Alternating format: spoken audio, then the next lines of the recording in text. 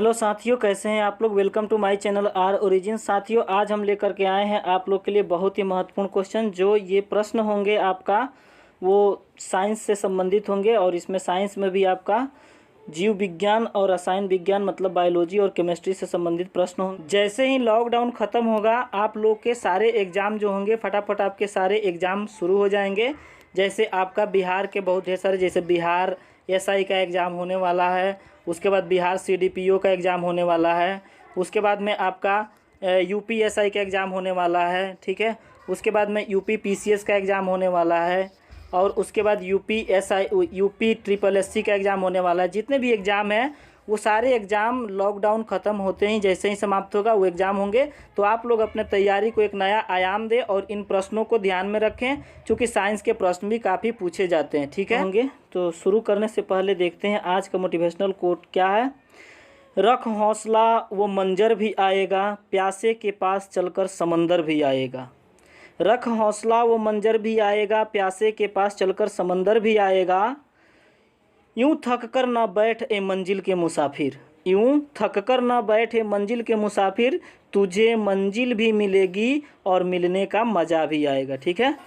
तो हमें किसी भी परिस्थिति में थकना नहीं है, हमें आगे बढ़ते जाना है। तो आप लोग के लिए साइंस का बहुत ही महत्वपूर्ण प्रश्न होंगे। इसमें केवल चुनिंदे प्रश्नों को ही हमने शामिल किया है।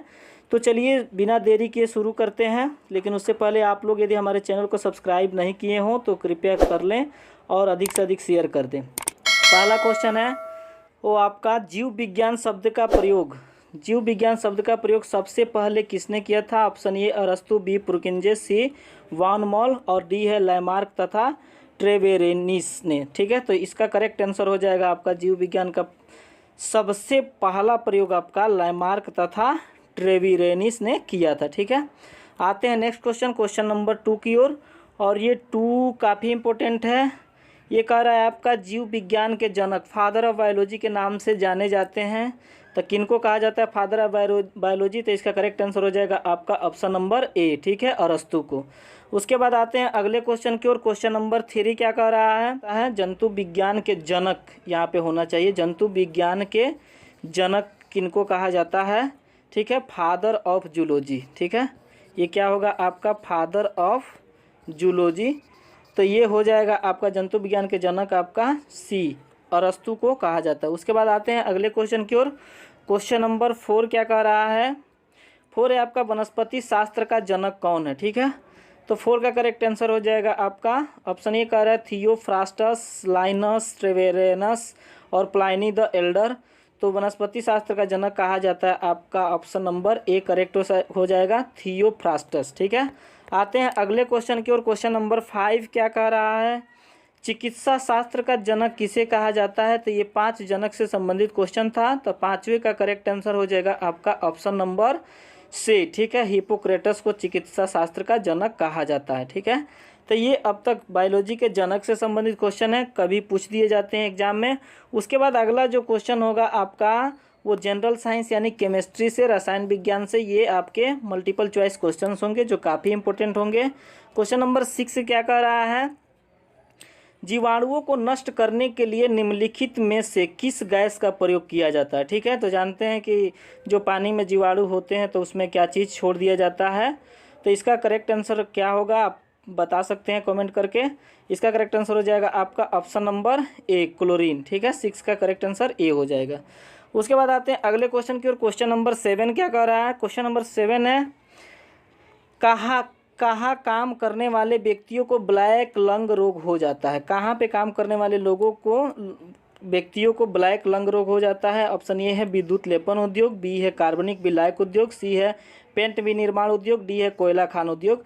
तो 7वें का करेक्ट आंसर हो जाएगा आपका ऑप्शन नंबर डी, ठीक है। याद रखेंगे कोयला खान में जो व्यक्ति काम करते हैं उनको क्या हो जाता है, ब्लैक लंग रोग हो जाता है। जानते ही हैं कोयला काला तो होता ही है। उसके बाद आते हैं नेक्स्ट क्वेश्चन की ओर। क्वेश्चन नंबर 8 क्या है, निम्नलिखित में से ऑक्सीजन मिश्रित वह निष्क्रिय गैस कौन सी है जो अवरोधित श्वसन से पीड़ित रोगियों को दी जाती है। ठीक है, ऑप्शन ए है हीलियम, बी है क्रिप्टॉन, सी है आपका रेडॉन और डी है आर्गन। तो 8 का करेक्ट आंसर हो जाएगा आपका ऑप्शन नंबर ए। ठीक है, हीलियम आपका होता है जो अवरोधित श्वसन से पीड़ित रोगियों को दी जाती है। ठीक है, उसके बाद आते हैं अगले क्वेश्चन की ओर। क्वेश्चन नंबर 9 क्या है? 9 कह रहा है अम्ल वर्षा वनस्पति को नष्ट कर देती है क्योंकि उसमें नाइट्रिक अम्ल होता है, ओजोन होती है, कार्बन मोनोऑक्साइड होती है, सल्फ्यूरिक अम्ल होता है। ठीक है, तो क्या होता है, जैसे नाइट्रिक अम्ल का फार्मूला HNO3 होता है, ओजोन का O3 होता है, कार्बन मोनोऑक्साइड CO और सल्फ्यूरिक अम्ल का H2SO4 होता है। ठीक है, तो अम्ल वर्षा वनस्पति को नष्ट कर देती है, तो उसमें क्या होता है, तो 9 का करेक्ट आंसर हो जाएगा आपका ऑप्शन नंबर डी, सल्फ्यूरिक अम्ल होता है यानी H2SO4। और इसी H2SO4 को किंग ऑफ केमिकल कहा जाता है, आप लोग याद रखेंगे। ठीक है, उसके बाद वीडियो को पूरा देखेंगे चूँकि आगे बहुत ही इंपॉर्टेंट क्वेश्चन आपको मिलने वाले हैं। एरोसॉल का उदाहरण जो है क्या है, इसमें से एरोसॉल काफ़ी इंपॉर्टेंट क्वेश्चन, स्टार लगा लेंगे, कई बार एग्जाम में पूछा भी गया है। दूध, नदी का जल, धुआं या रुधिर। ठीक है, तो क्वेश्चन नंबर 10 का करेक्ट आंसर हो जाएगा आपका ऑप्शन नंबर सी, धुआं जो होता है एरोसॉल का उदाहरण होता है। आपका BPSC में क्वेश्चन पूछा भी गया था। उसके बाद आते हैं क्वेश्चन नंबर 11 और ये है धूम कोहरा मौजूद आँख में जलन पैदा करने वाले एक शक्तिशाली द्रव होता है, तो कौन सा? Nitric oxide, sulphur dioxide, peroxic acetic nitrate या कार्बन डाइऑक्साइड। तो 11 का करेक्ट आंसर हो जाएगा आपका ऑप्शन नंबर सी। ठीक है, peroxic acetic nitrate, acetyl nitrate. ठीक है, यही जलन पैदा करता है आँखों में। उसके बाद आते हैं नेक्स्ट क्वेश्चन, क्वेश्चन नंबर 12। ये कह रहा है वायुमंडल में कौन सी गैस पराबैंगनी किरणों का अवशोषण कर लेती है। ठीक है, तो वह कौन सी गैस होती है वायुमंडल का जो पराबैंगनी किरणों का, सबको पता होगा।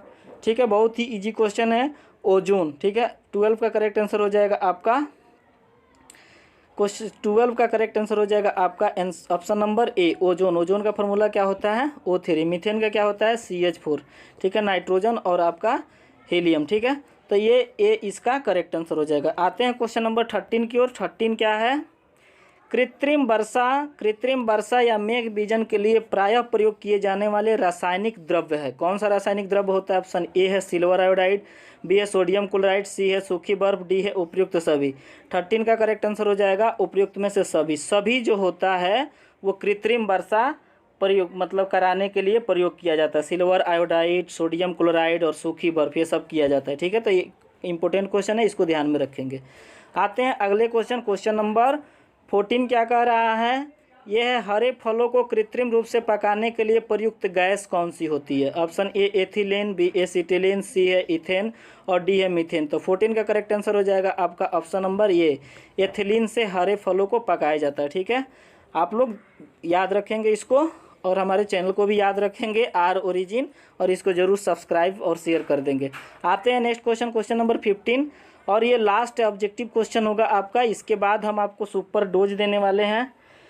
निम्नलिखित में से कौन सा पीड़कनाशी ओजोन का ह्रास करता है? DDT, ठीक है, बेंजीन, मेथिल ब्रोमाइड या एथिलीन ओजोनाइड। ठीक है, 15 का करेक्ट आंसर हो जाएगा आपका option number C, methyl bromide.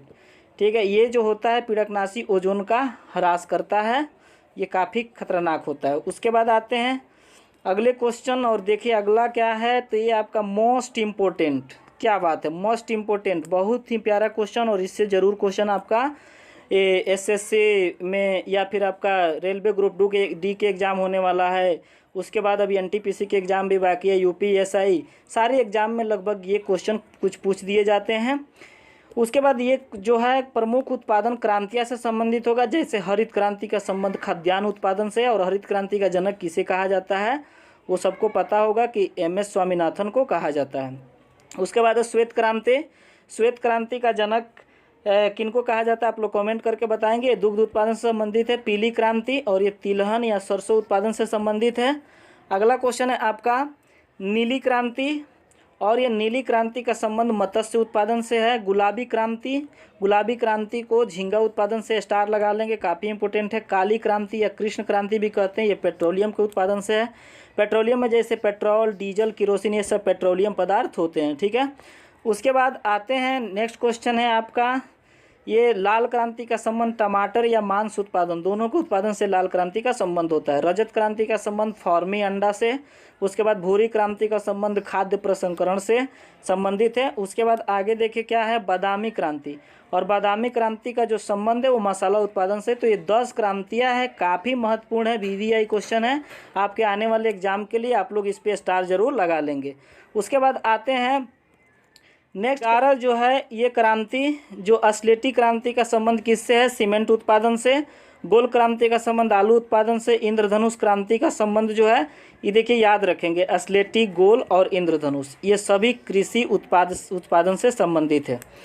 उसके बाद ये आपका आ गया साइंस का सुपर डोज। क्या बात है, साइंस का सुपर डोज है दोस्तों, और ये बहुत ही इंपॉर्टेंट क्वेश्चन है, सिलेक्टेड क्वेश्चन है, इसको जरूर आप लोग नोट कर लें। विटामिन बी के कमी से कौन सा रोग हो जाता है, ठीक है, बेरी बेरी। विटामिन बी के कमी से कौन सा रोग हो जाता है, बेरी बेरी। और बी का जो रासायनिक नाम है वो क्या होता है, थायमिन। याद रखेंगे, बी का रासायनिक नाम थायमिन होता है। काफ़ी महत्वपूर्ण क्वेश्चन है। उसके बाद आते हैं नेक्स्ट, क्वेश्चन 2 क्या है, ये टाइफाइड से शरीर का कौन सा अंग प्रभावित होता है, तो आंत होता है। टाइफाइड होता है तो क्या हो जाता है, आंत आपका जो है प्रभावित हो जाता है। और टाइफाइड गंदे जल को पीने से होता है, सबको पता होगा। नेक्स्ट क्वेश्चन है आपका, रेबीज के टीके की खोज किसने किया, तो लुई पास्चर ने किया रेबीज के टीका का खोज, ठीक है, रेबीज। और रेबीज क्यों हो जाता है, देखिए, रेबीज कुत्ता काटने से होता है, कुत्ता के काटने से क्या होता है, रेबीज होता है। तो कुत्ता को काटने से रेबीज होता है, और ये किसने किया था, लुई पास्चर। तो ठीक है, तो इसको याद रखेंगे, पालू, कुत्ता पालू तो वो काटेगा ही, तो पालू से हो जाएगा आपका लुई और पास्चर, ठीक है। उसके बाद आता है अगला क्वेश्चन, हैजा, और हैजा व टीबी के जीवाणुओं की खोज किसने किया था, तो रॉबर्ट कोच ने किया था 1982 में, हैजा व टीबी के जीवाणुओं की खोज। ये काफ़ी महत्वपूर्ण है, आप लोग ध्यान रखेंगे। उसके बाद अगला क्वेश्चन है, रक्त में पाया जाने वाला तत्व कौन सा होता है, तो लौह तत्व रक्त में पाया जाता है, ठीक है। उसके बाद नेक्स्ट है आपका क्वेश्चन नंबर 6, एक्सरे, ठीक है। एक्सरे किरणें क्या होती है, तो विद्युत चुंबकीय किरणें को एक्सरे कहा जाता है। और नेक्स्ट क्वेश्चन 7 है, पानी में हवा का बुलबुला होता है, तो पानी में जो हवा का बुलबुला जो बनता है वो अवतल लेंस की भांति काम करता है, ठीक है, पानी में हवा का बुलबुला, इसको याद रखेंगे। उसके बाद नेक्स्ट क्वेश्चन नंबर 8 है आपका, विषुवत रेखा पर किसी वस्तु का भार जो होगा, तो क्या क्वेश्चन पूछ देगा, अधिकतम है, न्यूनतम है, इनमें से कोई नहीं, तो आपका क्या होता है, विषुवत रेखा पर किसी वस्तु का भार सबसे कम होता है। उसके बाद नेक्स्ट क्वेश्चन नंबर 9 है, सूर्योदय से पहले सूर्य दिखने का कारण क्या होता है, तो प्रकाश का प्रकीर्णन, ठीक है, प्रकाश का प्रकीर्णन, यानी सूर्योदय से पहले ही सूर्य दिखाई देता है। और लास्ट क्वेश्चन है सुपर डोज का, क्वेश्चन नंबर 10, इंद्रधनुष बनने का कारण क्या होता है, ठीक है, तो इंद्रधनुष बनने का कारण आपका प्रकाश का अपवर्तन होता है, ठीक है, जिसके कारण इंद्रधनुष बनता है। तो ये था साथियों साइंस के महत्वपूर्ण MCQ प्रश्न, जो बायोलॉजी और आपका केमिस्ट्री, रसायन विज्ञान से संबंधित था। उसके बाद आपका कुछ क्रांतियाँ आप लोगों ने इसमें देखा, और उसके बाद में कुछ ऐसे सुपर डोज साइंस के 10 महत्वपूर्ण क्वेश्चन देखे। उम्मीद करते हैं कि ये वीडियो आप लोगों को काफ़ी पसंद आया होगा। आप लोग हमारे चैनल को ज़्यादा से ज़्यादा शेयर करें और सब्सक्राइब कर लें, और उसके बाद आने वाले समय में हम इस पे सारे मतलब GK GS से संबंधित आप लोग की जितनी भी समस्याएं होती है सबका समाधान इस पे कराएंगे। तो इसी का मिलते हैं नेक्स्ट वीडियो के साथ, तब तक के लिए आपका समय शुभ हो, धन्यवाद।